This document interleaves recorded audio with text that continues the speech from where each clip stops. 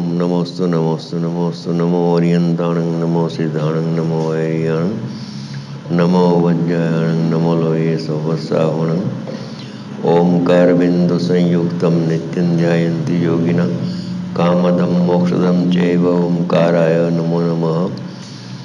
मंगलम भगवान वीरो मंगलम गौतमो गणि मंगलम कुंद कुंदार्यो धर्मोस्तु मंगलम सर्वमंगल मांगल्यम सर्वकल्याणकारकम प्रधानम सर्वधर्माणां जैनम जतु शासनम नमः समयिसाराय स्वानुभूत्या चकाशते चित्स्वभावाय भावाय सर्वभावांतर्चिते।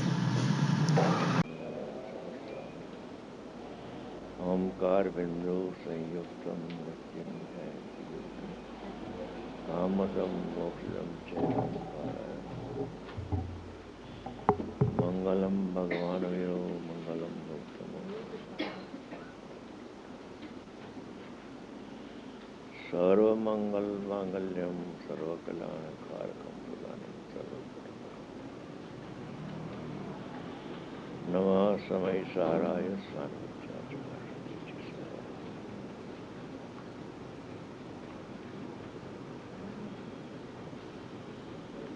આજે ખરેખર આજથી હવે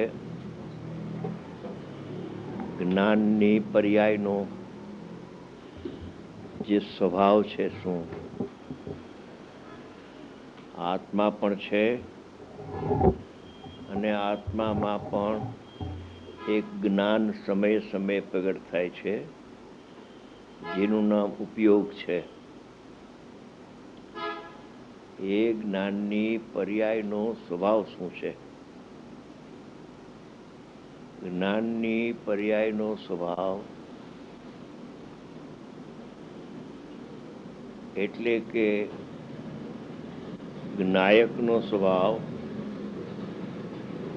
ત્રણેય કાળ પરભાવ ને પરને જુદા જ રાખે। જ્ઞાનની પર્યાયનો સ્વતઃસિદ્ધ અનાદિ અનંત સ્વભાવ છે। વિષય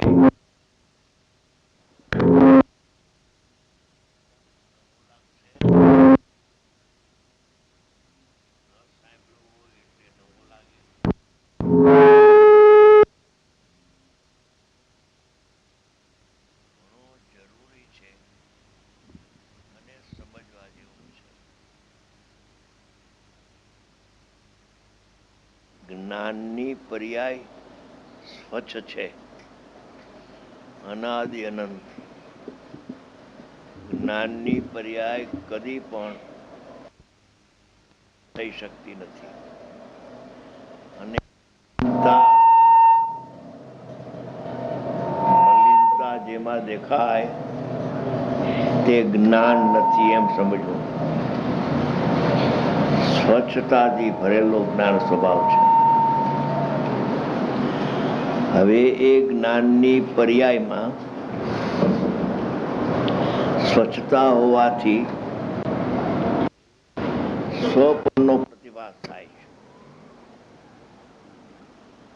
સ્વ પોતાનો શુદ્ધાત્મા અને પર એનો જ્ઞાનમાં પ્રતિભાસ થાય છે।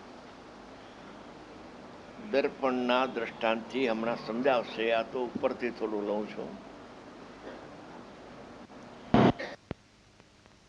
તાકાતની એક સમયની જ્ઞાનની એનું સામર્થ્ય એવું છે કે એ જ્ઞાનમાં કોઈનો પ્રવેશ કદી પણ ત્રણ કાળમાં પણ નિગોદની સ્થિતિમાં હો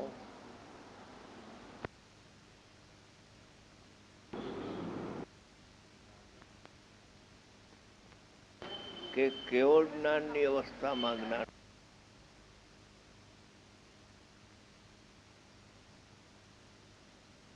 એવો આત્માનો સ્વભાવ છે ત્રિકાળ। હવે ત્રિકાળ સ્વભાવ તો શુદ્ધ નિત્ય નિરાવરણ છે, એમાં ભાવ કર્મ, દ્રવ્ય કર્મ, નો કર્મ નથી. એમાં તો ભલે ન હો, પણ એ આત્મામાં, આત્માની અવસ્થામાં એક ઉપયોગ એટલે જ્ઞાન જે સ્વચ્છ છે એ પ્રગટ થાય છે પ્રત્યેક આત્મા, પણ પ્રત્યેક સમયે. પછી નારકીના ભાવમાં હો કે સ્વર્ગના ભાવમાં હો, પણ એ આત્માનું જ્ઞાન ત્રણેય કાળ સ્વચ્છ છે. હવે એ સ્વચ્છ જ્ઞાનની અંદર પોતાનો નાયક આત્મા સ્વ, આત્મા સિવાય બીજા અનંતા આત્માઓ, અનંતા પૂતગલ પરમાણુઓ,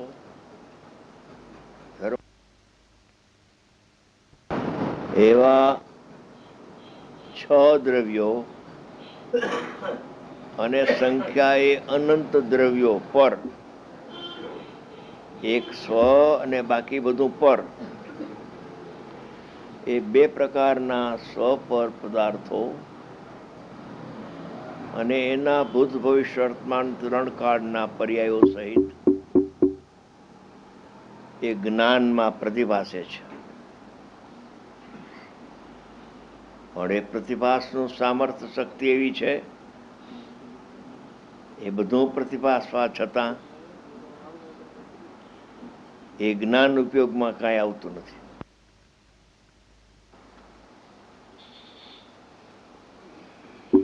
જ્ઞાન ઉપયોગ પ્રગટ થાય છે,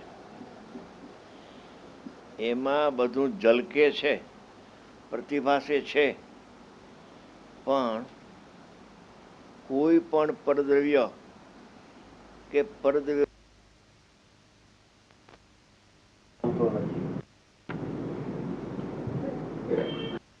જો પ્રગટ થતા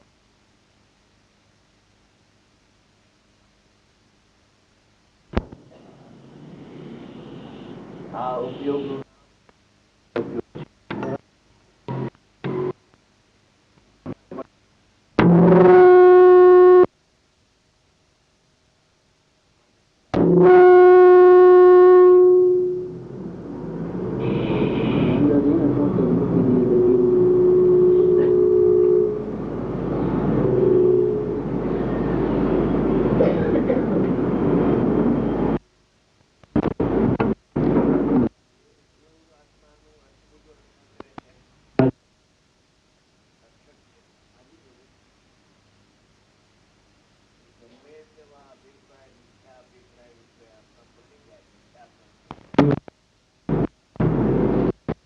મિથ્યાત્વના ભાવ ઉપયોગમાં આવતો નથી.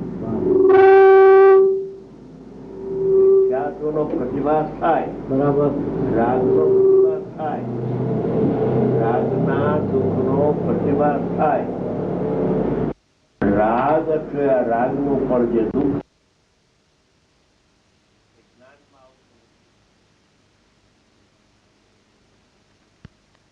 બધી જ્ઞાન કરવાની શક્તિને હાથમાં રાખીને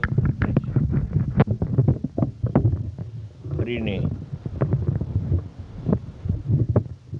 જ્ઞાનની શક્તિ એવી છે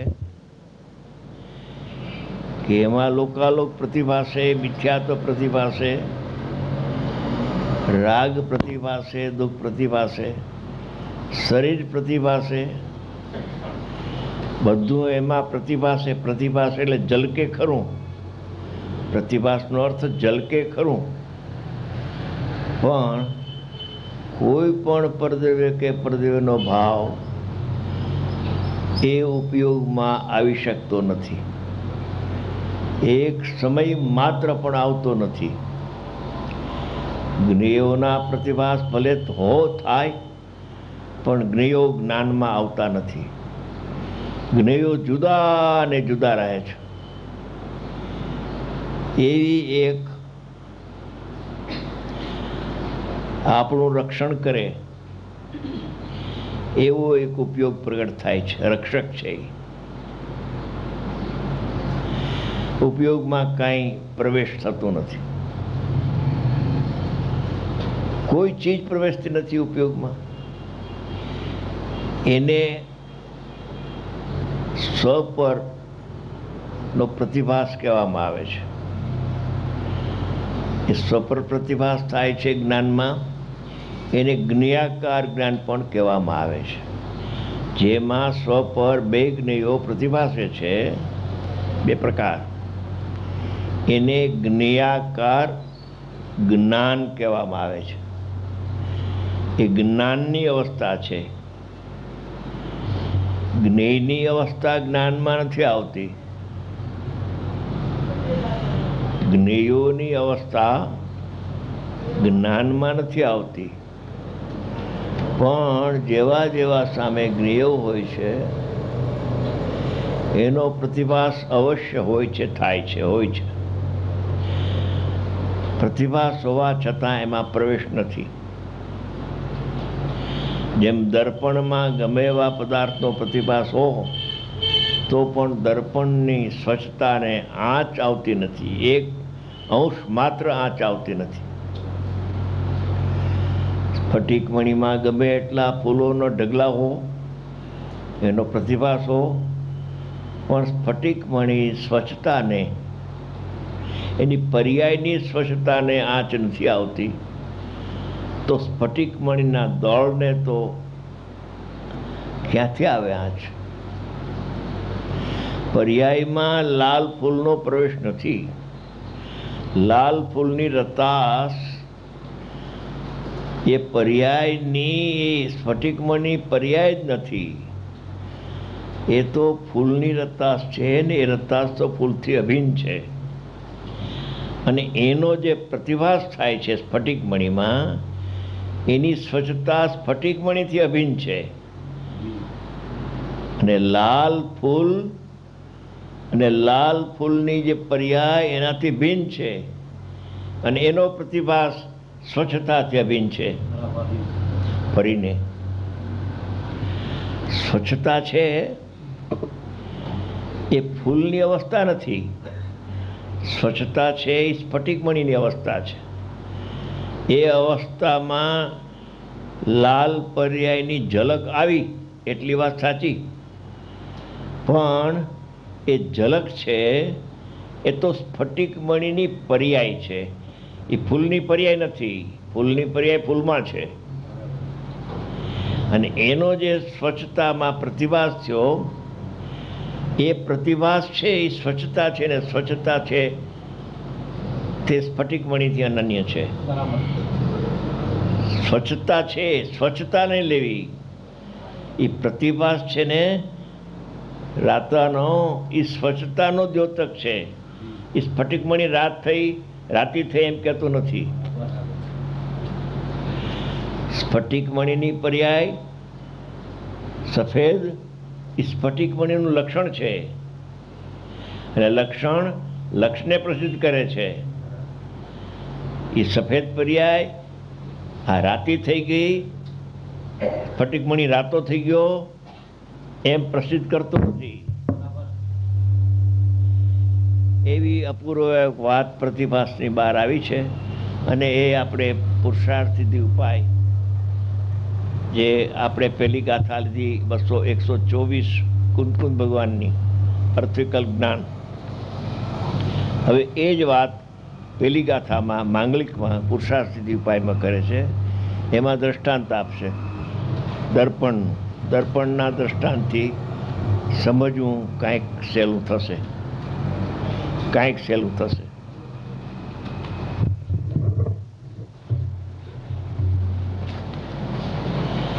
આ ભેદ જ્ઞાનનો મહામંત્ર છે.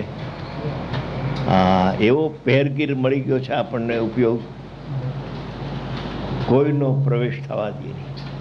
મોહનો, રાગનો, મિથ્યાત્વનો પ્રવેશ જ થતો નથી.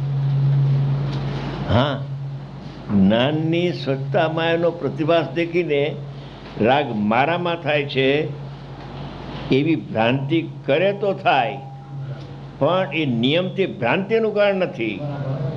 એનો જે પ્રતિભાસ છે રાગનો, એ ભ્રાંતિનું કારણ નથી. જો એ ભ્રાંતિનું કારણ હોય તો સાધકને પણ રાગ 5 મહાવ્રતના પરિણામ હોય છે, એનો પ્રતિભાસ તો છે, પણ એ એમ માનતા નથી કે રાગ મારામાં આવી ગયો. એટલે પ્રતિભાસ છે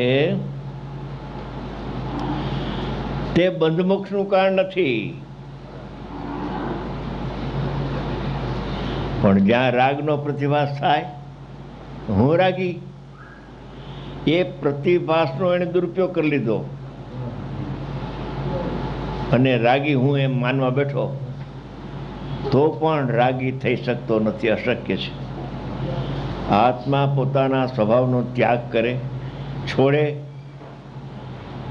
અને ઉપયોગ પણ પોતાનો સ્વભાવ છોડે, એમ 3 કાળમાં બનતો નથી. માત્ર પ્રતિભાસ દેખીને એને ભ્રાંતિ થાય છે. એ ભ્રાંતિ ટળતા હોય તો જેવો આત્મા છે એવું ભાન થઈ જાય છે.